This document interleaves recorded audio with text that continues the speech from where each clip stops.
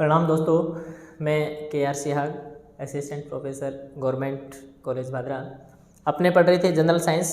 आज अपने general science का उसी टॉपिक को कंटिन्यू करते हुए जंतु वर्गीकरण को, यहाँ मेन जो अपना फोकस है वो UPSC RAS PSI रीट और पटवार को देखते हुए इस जंतु वर्गीकरण को पूरा करने का प्रयास किया है। थोड़ा सा आप इस वीडियो को अंत तक देखें तो आपको एक एक डाटा जो UPSC तक के एग्ज़ाम में पूछे जाते हैं कंप्लीट हो जाएंगे। आपको इसके अलावा किसी भी बुक से पढ़ने की आवश्यकता नहीं पड़ेगी। मैंने प्रयास किया है सारा का सारा जो मैटर है वो आपको एक ही जगह से मिले। तो शुरू करते हैं जंतु वर्गीकरण। पहले अपने जंतु वर्गीकरण का एक भाग नॉन कोरेटिला इससे पीछे वाले वीडियो में पूरा किया था, वो वीडियो आप देखें। जंतु वर्गीकरण का दूसरा पार्ट अपना है कोडेटा।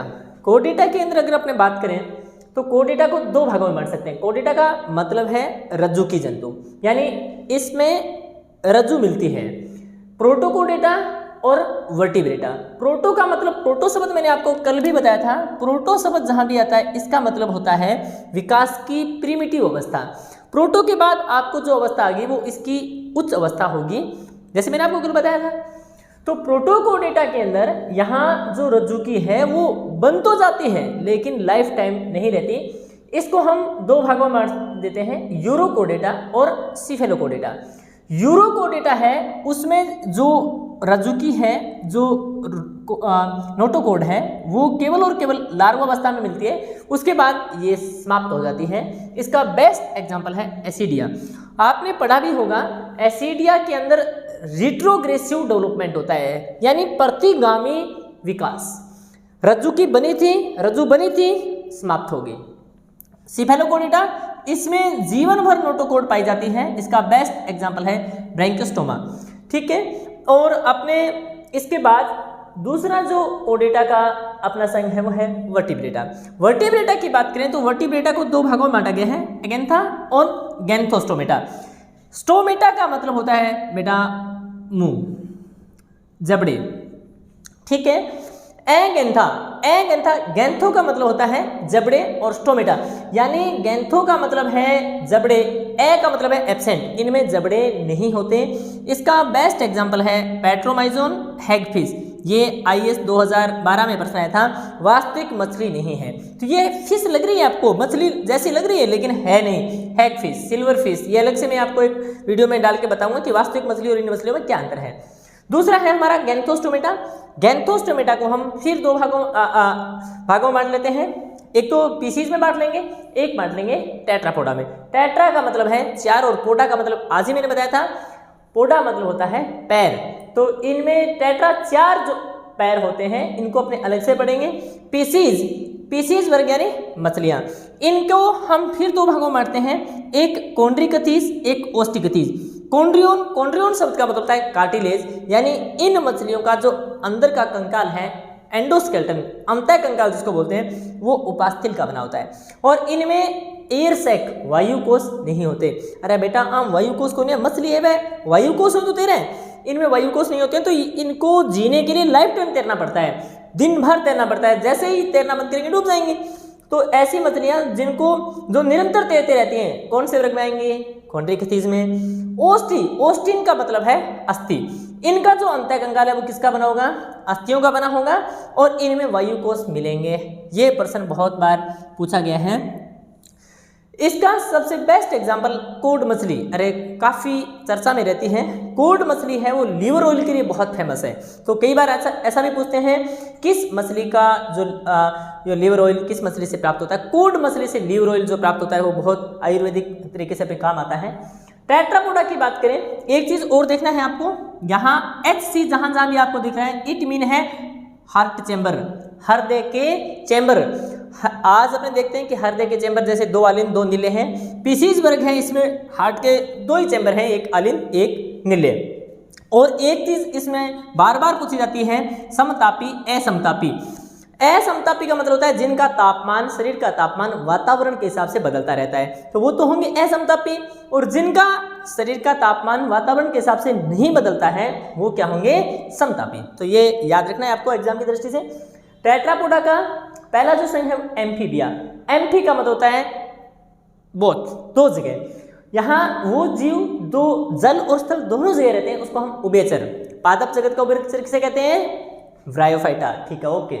तो ब्रायोफाइटा और अपने जंतु जगत का उभयचर अपने एम्फीबिया, यानी यहाँ आप देखते हैं मेंढक, हाइला, इक्थियोफस। ये आईएएस एग्जाम 2013 में पूछा गया था। इक्थियोफस, इक्थियोफस ऐसा है जिसके पैर नहीं होते, पैर रहित एम्फीबिया कौन सा है, इक्थियोपस।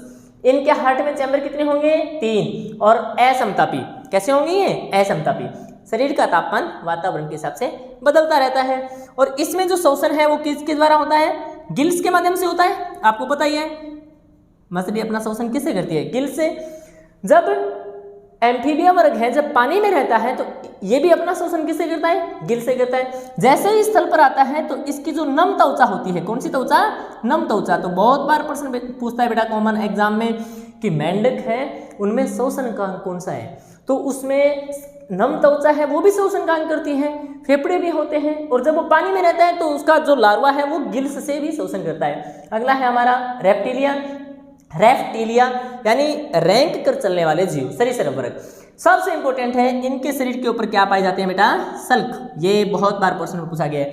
सल्क किस जीव की विशेषता है, तो रेप्टिलिया यानी रैंक के चलने वालों के। और ये सल्क बने किसके होते हैं, कैरेटिन प्रोटीन के बने होते हैं। और आपको पता है ये जो रेप्टिलिया वर्ग है इनसे हमें बहुत डर लगता है। क्यों, क्योंकि इसके अधिकांश जो जंतु हैं वो हमको ऐसा लगता है काटने से मृत्यु हो सकती है, उसमें विष ग्रंथियां होती हैं। तो ये प्रश्न पूछ लेता है कि जो विष ग्रंथियां हैं वो किसका रूपांतरण है, किसका एडेप्शन है, किसका एक रूपांतरण है, तो वो है हमारी लार ग्रंथियों के समान। तो विष ग्रंथियां किससे बनती है बेटा, लार ग्रंथियों से। ठीक है, इनके जो दांत होते हैं जो काटते हैं, जहरीले विष दंत होते हैं, वो किसका रूपांतरण होते हैं, मैक्सिलरी टीथ का। ये भी कई बार पूछा गया है, मैक्सिलरी टीथ। इसके जो विष दंत होते हैं वो किसके रूपांतरण है, मैक्सिलरी टीथ के। जैसे कोबरा, करेट, वाइपर, ये तीनों ही जातियां मैंने जानबूझ के लिखी हैं। तीनों ही सांप की ये जातियां हैं और तीनों जहरीली जातियां हैं। इसके अलावा अधिकांश सर्प हैं वो विषैले नहीं होते। ठीक है, सभी रेप्टाइल्स विषैले या सभी सर्प विषैले नहीं होते।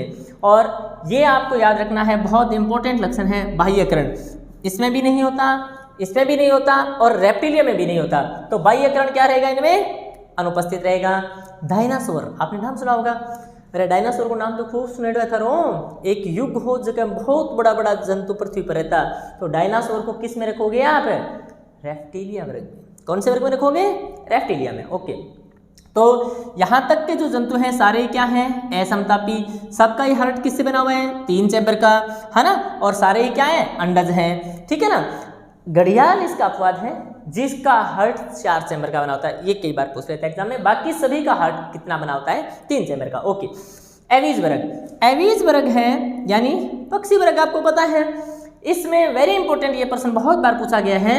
इनमें दायां अंडा से क्या होता है, एब्सेंट। तो प्रश्न ये भी पूछ सकता है कि पक्षी हैं उनमें कौन सा अंडा से पाया जाता है, तो बायां अंडा से। दायां अंडा से क्या होता है, अभाव। क्योंकि जब ये उड़ेंगे तो उड़ने के लिए शरीर कैसा होना चाहिए, हल्का। तो इनमें दायां अंडा से नहीं मिलता।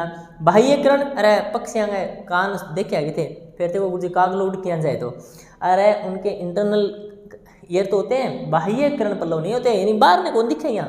ठीक है, अस्थियां इनकी कैसी होती है बेटा, खोखली। वजन नहीं होगा तो उड़ने में सहायता करेंगे। वायुकोष भी क्या होते हैं, इनमें उपस्थित होते हैं।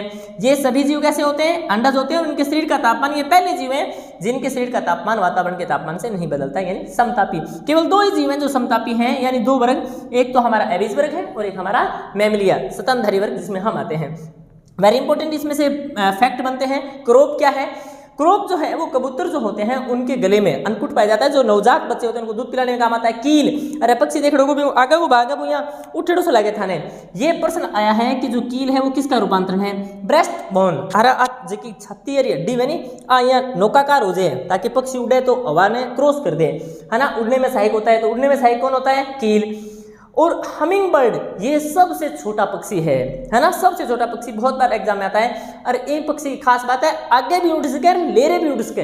कितनी खास बात है, बैक गैर लगेंगे, लेर ने उड़ जाए यहाँ, आगे ने उड़ जाए। और इन हार्ट बीट घणो स्टूडेंट है हार्ट बीट इंगी हार्ट बीट है 1250 मिनट प्रति सेकंड, 1250 बीट्स प्रति मिनट, यानी इतो तेज हृदय धड़के 1250 बार धड़के 1 मिनट में। पेंगुइन नाम सुने रहे थरो, दक्षिणी गोलार्ध में पाए जाए। वो भी अपन की बार पूछ ले पेंगुइन किस में आता है। अब भैया अपन चालता दिखे देना स्तनधारी में, अरे भाई जलीय पक्षी में आवे, राइट। अब हमारा लास्ट वर्ग है मैमिलिया। इसको हम 3 भागों में बांट लेते हैं, प्रोटो, मेटा और यूथीरिया। सबके साथ ही लगेगा, प्रोटोथीरिया, मेटाथीरिया, यूथीरिया। मैं थाने बार बार बताऊं, प्रोटो शब्द जहां भी दिखे उसका मतलब है प्रिमिटिव अवस्था। ये स्तनधारी तो हैं, लेकिन वास्तव में इनमें सारे स्तनधारी वाले लक्षण नहीं मिलते। जैसे हम देखते हैं स्तनधारी है वो अधिकांशतः बच्चे पैदा करते हैं, लेकिन ये अंडे देने वाले स्तनधारी हैं। ये बहुत बार एग्जाम में पूछता है, ऐसा कौन सा स्तनधारी है जो अंडे देता है, तो प्लेटिपस और एकेडिना, डकबिल भी, ठीक है ना। मेटाथीरिया, इसमें मार्सुपियल थैली होती है। कंगारू देखो ना बच्चों थैली में रखे है, अभी थैली को नाम क्यों है, मार्सुपियल थैली। तो एम में अपने कौन किसका एकदम बच्चों सीधो बारे दे दे। ये वास्तविक अपने स्तनधारी है यूथीरिया, यानी इसमें प्लेसेंटा पाई जाती है, इनमें प्लेसेंटा नहीं पाई जाती। ये सीधे बच्चे को जन्मते हैं, जरायुज होते हैं जैसे मानव। तो स्तनधारियों का मुख्य लक्षण है स्तन ग्रंथि, हेयर। अगर इन सब में से आपको एक लक्षण चुनना हो तो बेटा है डायफ्राम, यानी अरे फेफड़ा के नाम डायफ्राम है जेकम पेशीय गति के द्वारा अपन शोषण करा। सबसे मेन इंपोर्टेंट लक्षण इसका स्तनधारियों का क्या होता है, डायफ्राम। जहाँ स्तन ग्रंथि हम कौन पाई जाए, है ना। तो इंगे लिए अपन देखा सारो मैन कहीं हम हेयर कौन पाई जाए, कांटा सा पाई जाए। डायफ्राम ऐसा है कि हर स्तनधारी में मिलेगा आपको। स्तनधारियों का मुख्य लक्षण आपसे एक ही पूछे तो क्या है, डायफ्राम। इनमें बाह्यकरण भी होते हैं। चमगादड़ अपन यहाँ लग जाना पक्षी है, उड़न ला रहे हैं, चमगादड़ पक्षी नहीं होता है बेटा। चमगादड़ क्या होता है, स्तनधारी होता है। और ये प्रश्न बहुत बार पूछता है कि चमगादड़ अपना शिकार कैसे करता है, तो इकोलोकेशन से। अरे वो यहाँ एक ध्वनि छूटे और बाद ध्वनि जी शिकार गए टकरावे तो बिन पत्तो लाग जाए, कोई शिकार हट सके और वो भी शिकार ने कर ले। तो चमगादड़ अपना शिकार किससे करता है, इकोलोकेशन से, यानी पराध्वनि उत्पन्न करता है ये, है ना। और इनके वास्तविक पंख नहीं होते। चमगादड़ उल्टो लटका था, ध्यान है कि क्यों लटके रहे उल्टो, एक दिन थाने बता सी क्योंकि जो पैरा अपन जब पक्षी देखा नहीं, पैरा ना दम पर ही उड़े और चमगादड़ का पैर बहुत कमजोर हुए। अगर वो यहाँ सीधो लटको तो मैं पैर पर दम देकर उड़ना चाहो तो उड़ कौन सके, और जे ही वो सीधो छोड़े नहीं तो सीधो यहाँ पैराशूट से खुल जाए पंख, अरे वो उड़ जाए। इन स्तनधारियों की आरबीसी में केंद्रक नहीं होते हैं, इसके अपवाद हैं ऊंट और लामा। और सभी स्तनधारियों के लगभग पिताशय होता है, लेकिन घोड़ा और चूहा है जिनके पिताशय नहीं होते। ये वो फैक्ट हैं जो एग्जाम यूपीएससी में पूछे गए हैं। आप लास्ट तक इसको देखें, तभी अपने कंटिन्यू वीडियो रखेंगे। थैंक्स फॉर वॉचिंग, लाइक करें, कमेंट करें।